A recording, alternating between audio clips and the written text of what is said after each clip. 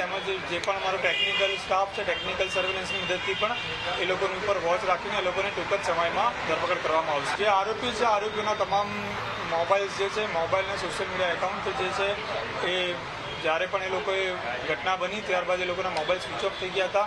એ લોકોના જે social account છે એની પણ અમે મોનિટરિંગ કરી રહ્યા છે અને ફોનની પણ અમે અવારનવાર એમને ટ્રેસ કરી રહ્યા છે. હાલ તમામ આરોપીના ફોન સ્વિચ ઓફ આવે છે. ઘટનાની જાણ થતાં પહેલાં એ લોકો રાજસ્થાનમાં છુપાયેલાની હકીકત મળેલી હતી, જેના આધારે પોલીસની ટીમો રાજસ્થાન પહોંચેલી હતી. ત્યારબાદ એ લોકોને ઉત્તર પ્રદેશના કોઈ એક શહેરમાં છુપાયેલા તેવી હકીકત મળેલી હતી. ત્યાં પણ પોલીસ ચેક કરી હતી, પણ એ લોકો અવારનવાર કદાચ લોકેશન બદલતા હશે તો પોલીસની ટીમ એમની પાછળ લાગેલી છે અને ટૂંક જ સમયમાં અમે એ લોકોની અરેસ્ટ કરેલી છે. આ ઘટના બની એમાં બી જે આપણે તરત જ 2 દિવસમાં 17 જેટલા આરોપીને અરેસ્ટ કરવામાં આવેલા હતા અને જે મુખ્ય આરોપી છે પંકજ ભાવસારના એના 2-3 સાગરીતો છે એને પકડવા માટે અલગ અલગ ટીમો લાગેલી છે. જે આરોપીમાં પંકજ ભાવસાર, ગોવિંદ ચૌહાણ અને ખાટુ કરીને એ લોકો ફરાર છે. એ લોકો આવશે ત્યારબાદ બીજા વધુ આરોપીની ઓળખ થઈ શકે.